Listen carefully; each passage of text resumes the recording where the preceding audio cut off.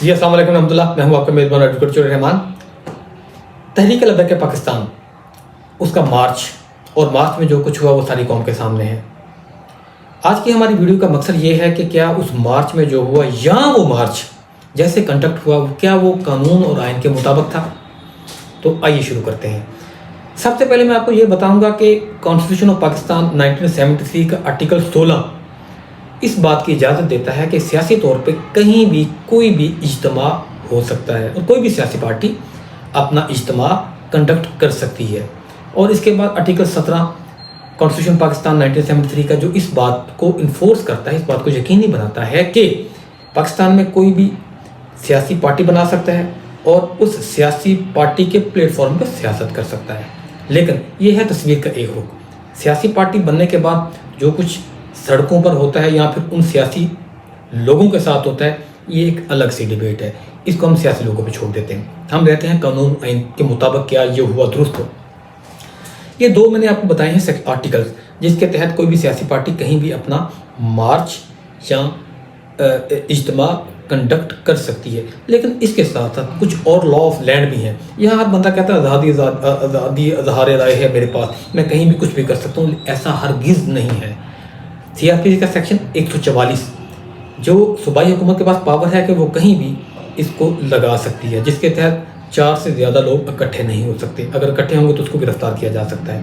اس کے علاوہ C R P سی کا سیکشن 147، 48 اور 49، 147، 148، 149 پاکستان پینل کوڈ جو اس بات کو یقینی بناتا ہے کہ کہیں بھی اجتماع میں یا مارچ میں فساد کا خطرہ ہو یا فساد برپا ہو تو ان 3 سیکشنز کے تحت ایف آئی آر بھی لانچ ہو سکتی ہے۔ اس کے علاوہ صوبائی یا وفاقی حکومت کے پاس آرٹیکل 245 کانسٹیٹیوشن پاکستان 1973 کے تحت یہ استحقاق ہوتا ہے کہ وہ رینجر کو بھی طلب کر سکتی ہے اور ایون فوج کو بھی طلب کر سکتی ہے۔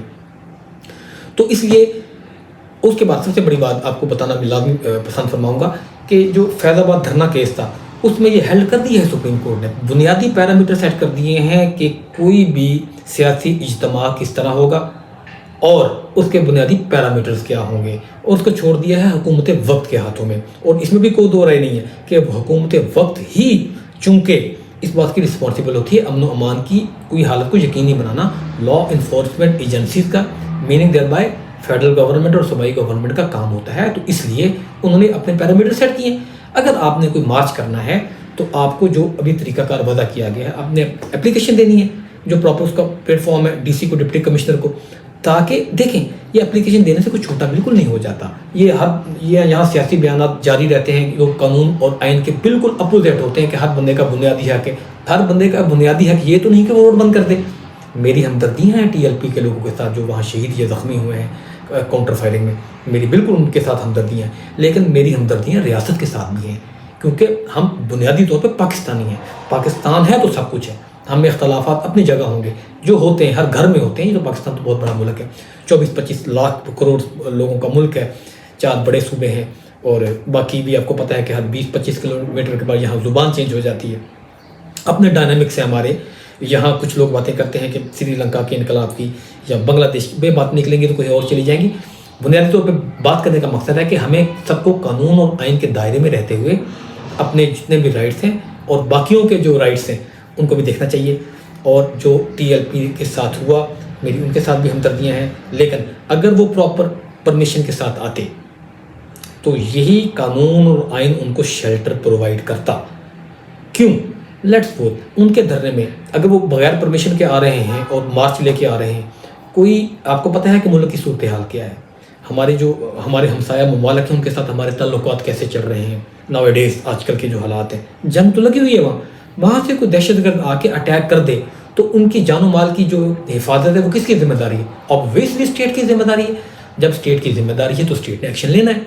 تو obviously کالی بھیڑ کا پتہ تو نہیں چلتا کہ گندی مچھلی کون سی تالاب میں یا کالی بھیڑ کون سی ہے۔ تو اگر یہ پراپر کوئی بھی احتجاج کرنے سے پہلے کانسٹیٹیوشن پاکستان کے آرٹیکل 16 اور 17 کو اویل کرنے کے ساتھ ساتھ جو باقی اس کے قوانین ہیں، جو ایکٹ پاس ہوئے ہیں یا آرڈیننس پاس ہوئے ہیں جو پرمیشن گرانٹ کرتے ہیں، اگر پروسیجر کو اڈاپٹ کیا جائے تو جو دھرنا والے ہوں گے یا مارچ والے ہوں گے ان کو بیسک فیسلٹیز مل جائیں گی۔ میننگ دیر بائی کہ ان کو پراپر وے دیا جائے گا